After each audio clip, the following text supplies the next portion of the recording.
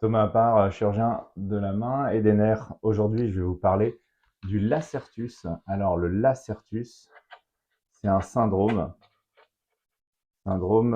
du Lacertus. Et le syndrome du Lacertus, comme tout syndrome, c'est une association de signes et on l'appelle le Lacertus parce que ça se passe ici au niveau du coude. C'est une compression nerveuse au niveau du coude et on parle du nerf médian, compression du médian au coude. Donc c'est plus rapide de parler du syndrome du Lacertus. Donc au coude, on retrouve ici l'humérus, on retrouve ici l'ulna et ici le radius. Le biceps, alors vous savez que biceps, ça veut dire que il a deux faisceaux musculaires et à la fin, il se retrouve sur ici la tubérosité bicipitale au niveau du radius. Donc ça, c'est le muscle biceps que tout le monde connaît, on l'appelle normalement le biceps brachial. Et ce biceps brachial, au niveau de son tendon ici, il envoie une petite projection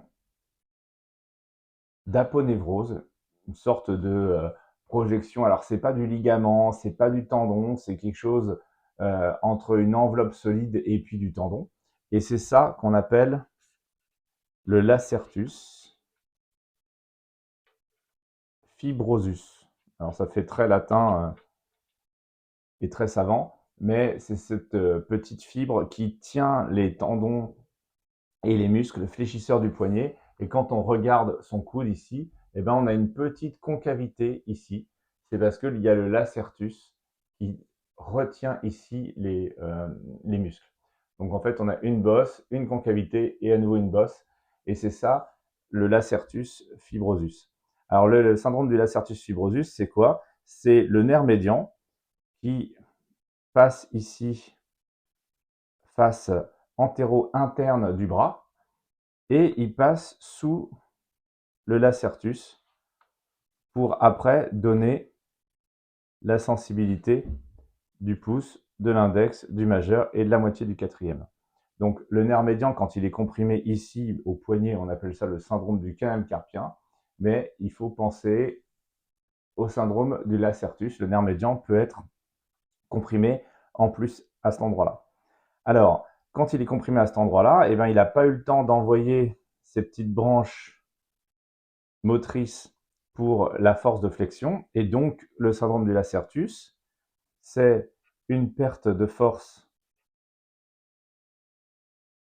du pouce, de flexion du pouce, de flexion de l'index et de flexion du poignet. Flexion. Voilà. Et donc, on a le premier signe qui est la perte de force du flexion du bout du pouce, flexion du bout de l'index et flexion du poignet. Le deuxième signe, c'est une douleur, évidemment, puisque c'est comprimé à cet endroit-là, donc il y a une douleur au niveau de la pression du coude. Et puis ensuite, c'est les tests de provocation nerveuse. On appelle ça le scratch collapse sign. Enfin, c'est un petit peu technique, mais les tests de provocation montrent qu'il y a une souffrance nerveuse à cet endroit-là.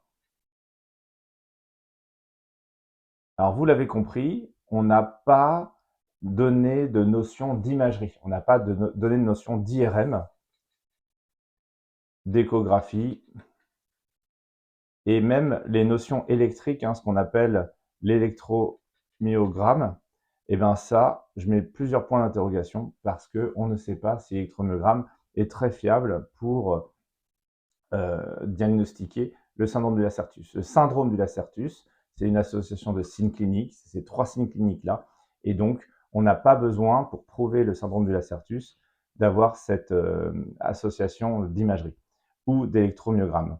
Donc pourquoi c'est pas connu? Parce que en fait, on n'a pas d'imagerie, et donc comme on n'a pas d'imagerie, c'est compliqué de dire voilà, le problème il est là et pas là, et puis on a quelquefois en même temps un problème de canal carpien, quelquefois en même temps on a un problème de cervical. Donc voilà, ça c'est compliqué de connaître ce signe. Et donc c'est pour ça qu'on a l'impression qu'il n'y a pas grand monde qui connaît ce syndrome. D'abord parce que effectivement, ce syndrome du Lacertus, eh ben, il est apparu dans le début des années 2000, et la première publication qui parle du syndrome du Lacertus de manière précise, c'est la publication d'Elisabeth Hagert en 2013. Alors vous voyez, c'est assez récent, et même quand elle a publié ça, tout le monde s'est dit mais de quoi parle-t-elle? Qu'est-ce que c'est que ce syndrome? Ce syndrome du Lacertus, en fait, quand on a un problème de coude, bah, souvent on va directement à l'électromyogramme, et l'électromyogramme, eh ben, il parle de syndrome du canal carpien parce qu'il découvre le syndrome du canal carpien très facilement. Le syndrome du Lacertus, il a du mal à le diagnostiquer. Pourquoi? Parce que c'est un problème dynamique, c'est un problème à l'effort. Et donc, comme c'est un problème dynamique, et comme vous faites l'électromyogramme au repos, et bien comme vous êtes au repos, vous êtes tranquille, et l'électricité, elle passe sans problème.